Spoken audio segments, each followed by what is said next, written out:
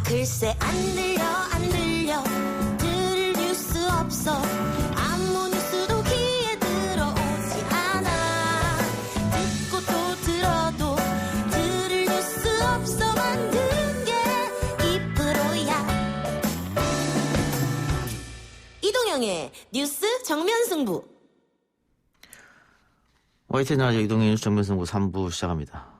오늘 고용노동부가 일하는 모든 사람들이 고용보험의 혜택을 받을 수 있도록 추진하는 전국민 고용보험 로드맵을 발표했습니다.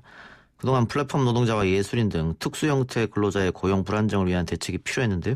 이번 고용보험 로드맵에 관련 대책이 포함이 돼 있는지 또 그 내용은 어떤 것인지 들어보겠습니다. 이재갑 고용노동부 장관 전화로 연결되어 있습니다. 장관님 나와 계십니까? 네, 안녕하십니까? 전국민 고용보험 쭉 이야기는 있었습니다만은 추진 배경이 좀 궁금합니다. 예, 먼저 고용보험 우리 사회의 핵심적인 고용안전망입니다. 지난 외환위기나 세계금융위기 그리고 현재 코로나19 상황에서 실직자들의 생계를 지원해 왔는데요.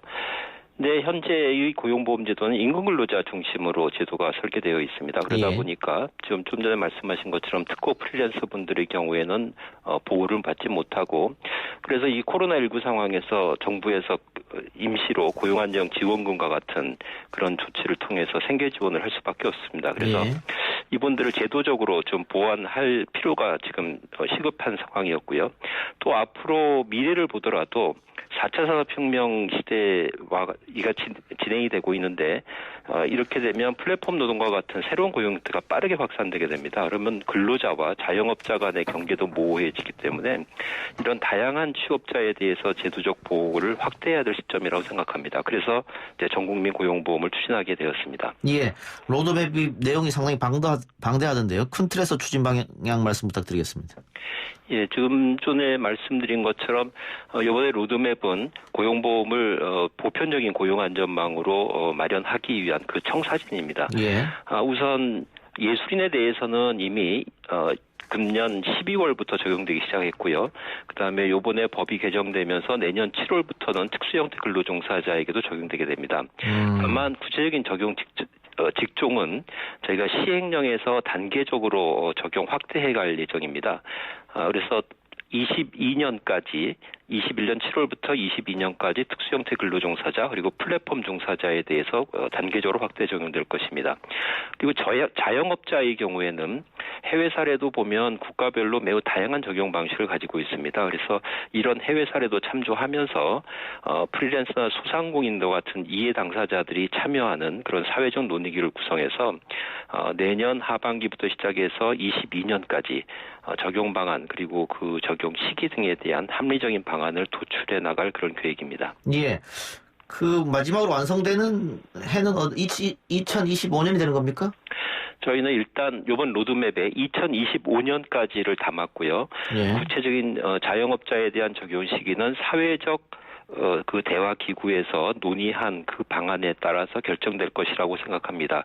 그래서 이번 로드맵에서는 2025년까지 해서 전 국민에게 적용된다고 한다면 우리나라 취업자 중에 2,100만 명까지가 고용보험에 적용을 받게 될 것이다라는 비전을 담았습니다. 자, 오늘 로드맵이 발표되니까 경총에서 입장을 냈더라고요.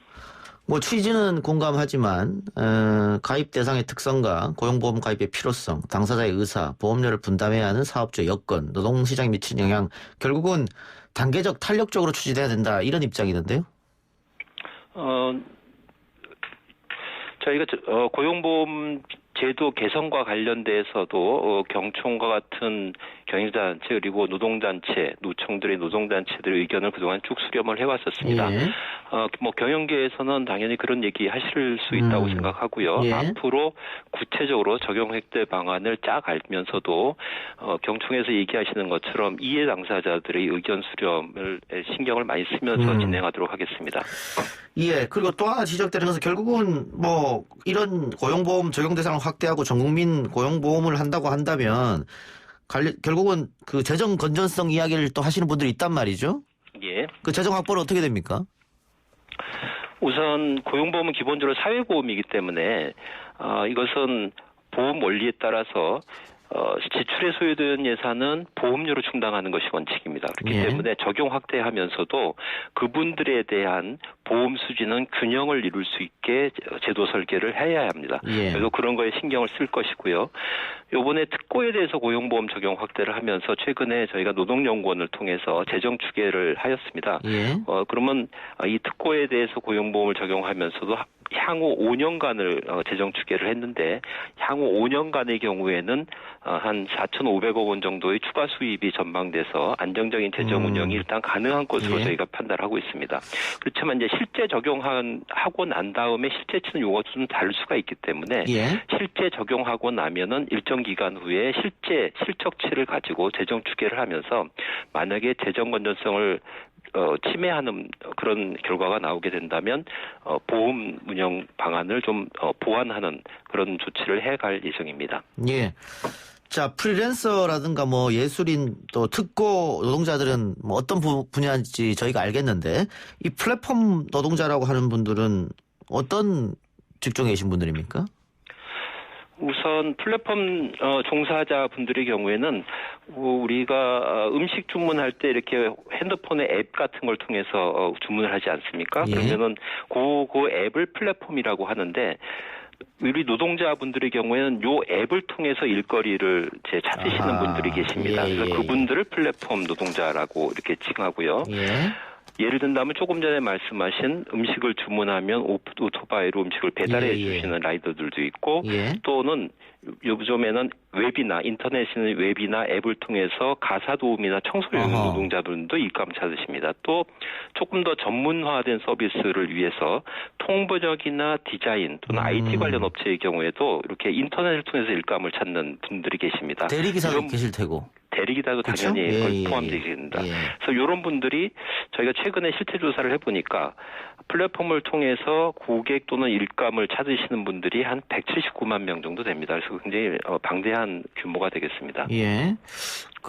이분들도 사실은 일할 때 계약서 작성이 필요한데, 현실에서는 좀 그런 부분이 소외된다 이런 이야기도 있고, 또 투잡, 쓰리잡 하시는 분들도 계시잖아요. 이 플랫폼 노동자들 중에서는. 그럼요. 예. 그분들은 뭐 어떻게 되는 겁니까, 그러면? 기존에 있는 직장에서 고용보험을 들고 중복되는 겁니까? 아니면 여기 빠지는 겁니까?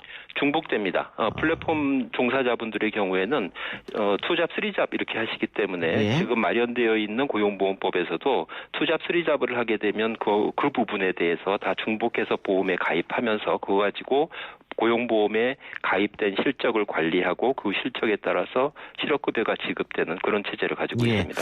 근데 배달기사나 라이더들한테 물어보면 이게 그 보험료가 너무 높다, 또 보험을 잘 안 받아준다, 뭐 이런 얘기도 있던데요?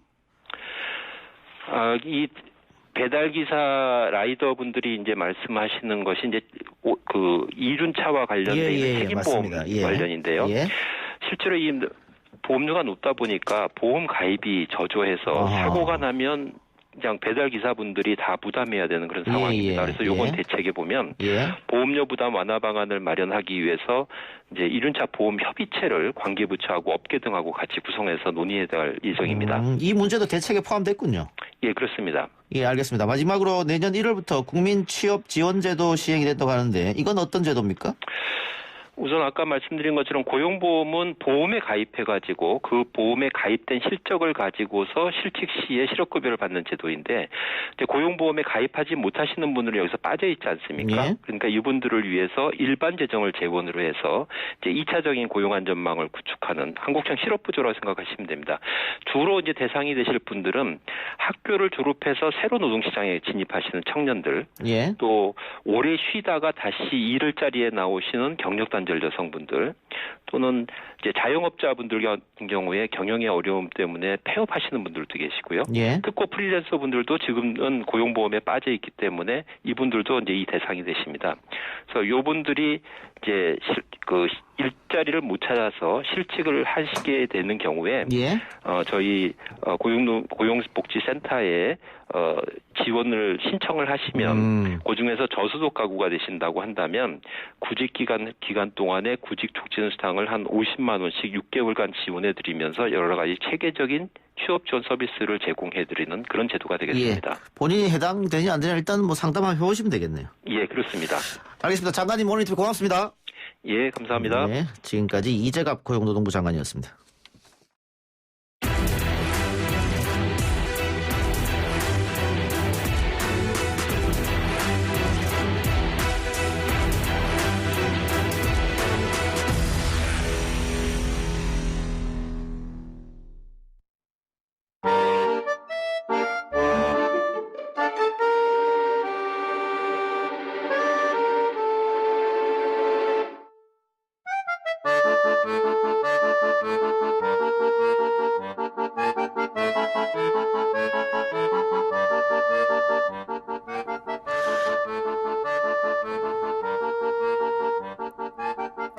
역사를 시사로 풀어보는 시간, 김준혁의 역사시사. 오늘 한신대 김준혁 교수 역시 전화로 연결합니다. 교수님.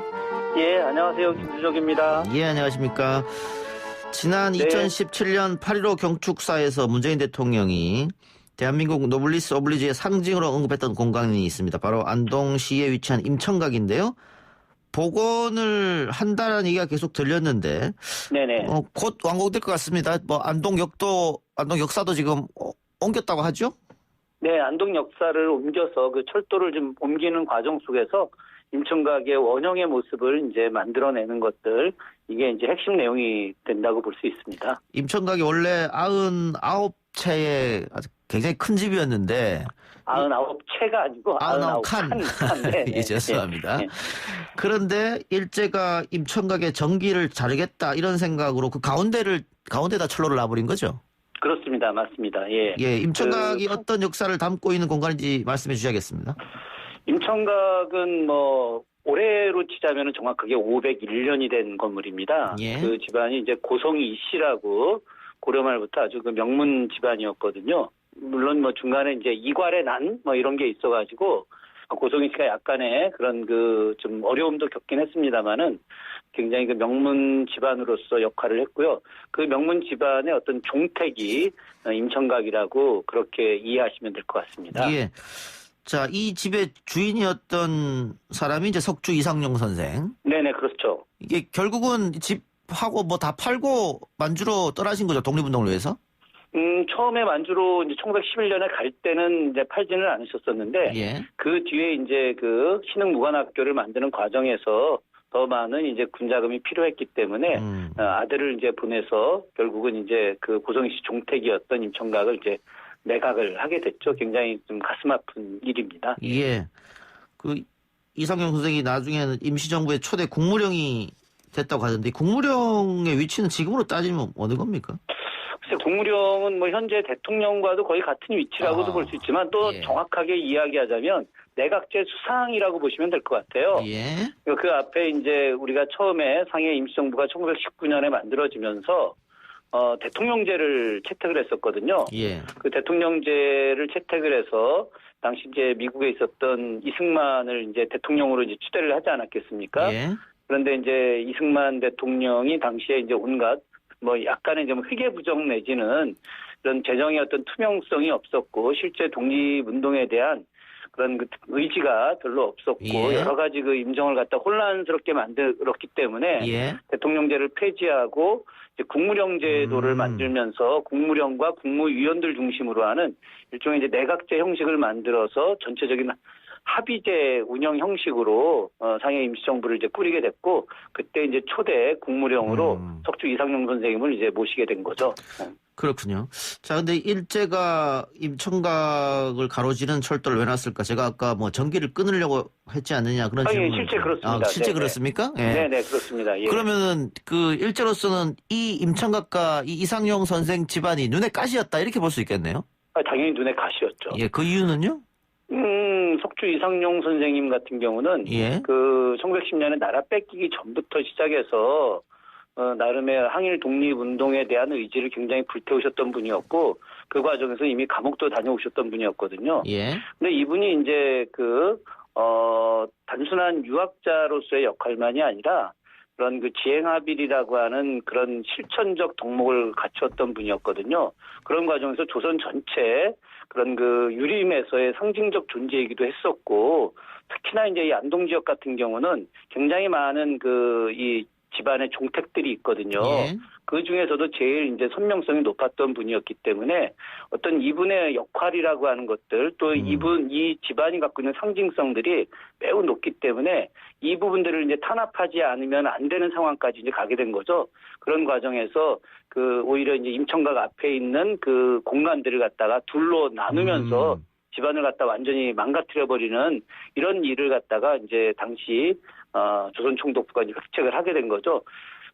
석주 이상용 선생이 이제 나라 뺏기고 나서 전 가족들을 데리고 만주로 넘어가게 됐는데 아주 유명한 일화가 있습니다. 그 며느리가 그 아기를 이제 낳기 직전이었는데 예. 이 일본 놈들이 지배하고 있는 이 땅에서 아기를 낳아서는 안 된다라고 해서 정말 아기를 낳지 못하게까지 하면서 압록강을 건넜던 분이 바로 이제 이상용 선생이었죠. 그런 기계가 엄청 대단했던 분이었었습니다. 예. 독립 훈장을 받은 사람만 이 집안에서 뭐 10명이 넘는다 이런 얘기도 있고. 11분이죠. 11분입니까? 네. 예. 네네네. 뭐 부인, 동생, 뭐 심지어는 손자 며느리까지 독립운동에 그렇습니다. 헌신했기 네. 때문에 일제로 봤을 때는 이 집안의 전기를 반드시 끊어야겠다 이런 생각을 했다 이 말씀이고요. 네, 그렇죠. 그래서 실제로 가서 보면은요, 그 기차 철도가 없었으면 그 배산 임수가 굉장히 아름답게 만들어지는 곳이거든요. 뒤에 산 이름이 영남산이에요. 예. 그 우리가 전체 영남 지역 그렇게 아주 높은 산은 아님에도 불구하고 영남산이라고 하는 이름이 붙을 정도로 굉장히 그 기세가 있는 산이거든요. 그리고 그 앞에 흐르는 강이 낙동강이에요. 예. 그러니까 영남산과 낙동강을 사이에 두고 그 이 집안이 이제 만들어졌는데 그걸 갖다 반으로 딱 쪼개버린 거죠. 그렇기 때문에 이 철도가 이제 이전이 되면서 임청각의 원형복원이라고 하는 것은 우리 민족사적인 측면에서 우리 독립운동의 어떤 정신을 드높이는 굉장히 중요한 의미라고 말씀드릴 수 있습니다. 예. 그런데 뭐 총독부도 철거했고 지금 그 임청각을 복원한다 80년 만에 너무 늦은 거 아닙니까? 어떻게 보면? 사실 너무 늦었죠. 예. 제가 임청각에 87년도에 처음 갔었어요. 예. 그때 이제 제가 대학 2학년 때였는데, 예. 2학년 2학기 이제 그 답사로다가 임청각을 처음 갔는데, 예. 아니, 이 위대한 독립운동가 석주 이상용 선생 집 앞에 예. 철도가 그때까지도 놓여져 있는 걸 보고서 예. 이게 말이 되느냐. 해방된 지가 언젠데도 아직도 이런 일들이 남아있느냐라고 했는데, 그로부터 지금 40년이 지난 거예요. 예. 또 이제. 예. 이제 와서 뭐 이렇게 된 것은 너무 가슴 아픈 일이고 다행히 그래도 문재인 대통령이 석주 이상용 선생을 높이 평가하고 임청각 일대를 갖다가 원형복원하겠다라고 선언하고 지금 실천하고 있는 것은 예. 굉장히 높이 평가할 수 있는 일입니다. 교수님도 87년에 처음 가셨군요. 예, 저도 그때 대학 2학년 때 저희 과 답사로 처음 갔었습니다. 그때. 제가 교수님보다 먼저 갔네요. 그러셨나요? 제가 고향이 안동이거든요.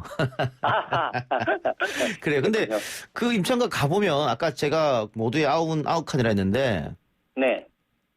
거의 안 남아있던데요. 이걸 다 복원합니까? 어떻게 되는 겁니까, 복원은? 지금 그 임청각에 지금 이제 분자정을 중심으로만 지금 남아있거든요. 예. 그래서 그 좌우로다가 이제 그 건물들이 있었어요. 예. 그런데 이제 99칸을 다 복원할 수는 없는 거고, 그 좌우에 있는 그 별채들을 갖다가 함께 복원하는 것까지는 문화재청의 계획 안에는 들어가 있습니다. 제가 그 문화재청 계획안을 좀 들여다봤거든요. 그랬더니 전체적으로 보게 되면 70여 칸 정도의 복원은 가능한 것으로 좀 보여지고 있습니다. 알겠습니다. 자, 이쯤에서 이상용 선생의 후손이죠. 이항증 선생은 이 소식을 어떻게 들으셨을지 잠시 음성 듣고 나와서 계속해서 이야기 나눠보겠습니다.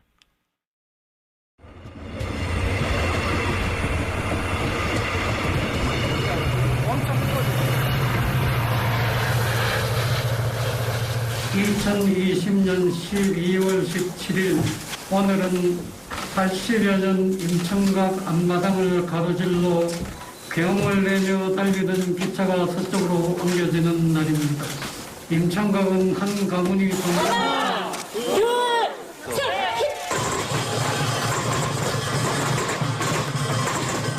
대한독립 만세! 대한민국 만세! 안동 임청각 만세!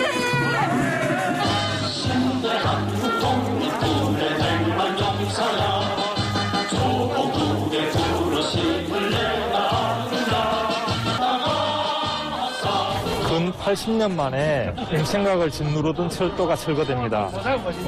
이제 임천각은 진정한 독립의 첫걸음을 시작하는 길이고요.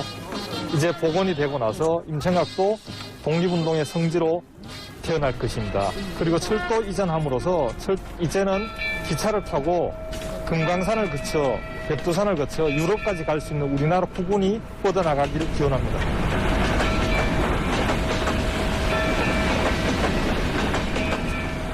예, 후손이신 이항증 선생 그리고 종손인 이창수 씨의 소감까지 듣고 왔습니다.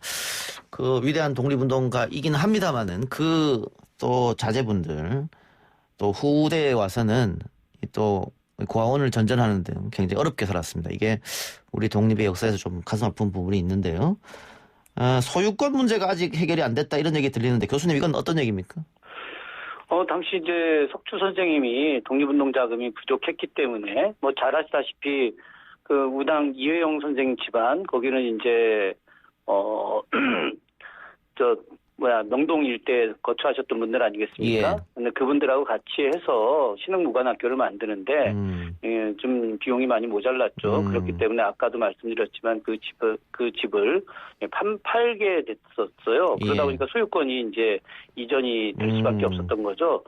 그런 것들이 현재까지 계속 이어지고 있는 겁니다. 물론 이제 문화재청에서 그 집안분들하고 같이 해서 상당수 부분을 되찾기는 했습니다만은 아직도 완전하게 그 일대 토지 부분이 해결이 안 됐거든요. 예. 저는 뭐 지금 이제 이 임천각 이 전체를 갖다가 문화재청이 다 전체적으로 매입을 해서 이 부분들을 어떤 뭐 특정 개인이 아니라 또 고성희 씨 집안의 어떤 종택으로서의 역할도 중요하지만 대한민국 독립운동의 어떤 산실로서 역할을 하게 하는 것들이 매우 필요하고요.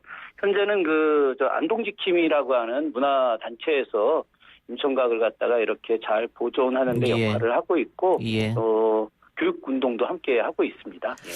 알겠습니다. 그 한양에서 제일 부자라고 하던 이회영 선생, 또 안동에서 제일 부자라고 하던 이상용 선생이 모든 걸 팔고 만주로 건너가서 신흥무관학교 세웠습니다만 나중에 그네들은 또 먹을 것이 없어서 배를 굽는 일도 생겼으니까. 그렇죠. 예, 이분들한테 다시 한번 감사하다는 말씀을 전하면서 오늘 교수님하고 이야기는 마치겠습니다. 오늘 말씀 고맙습니다. 네, 고맙습니다. 예. 지금까지 한신대 김준혁 교수였습니다.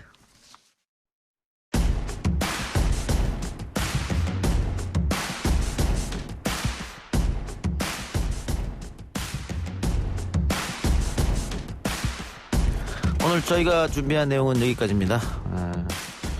내일 이 시간에 저는 다시 돌아오고요. 날씨가 조금 따뜻해졌습니다만 미세먼지가 또 기승이니까 여러모로 참 어려운 겨울 같습니다. 건강 조심하시기 바랍니다. 내일 다시 돌아오겠습니다.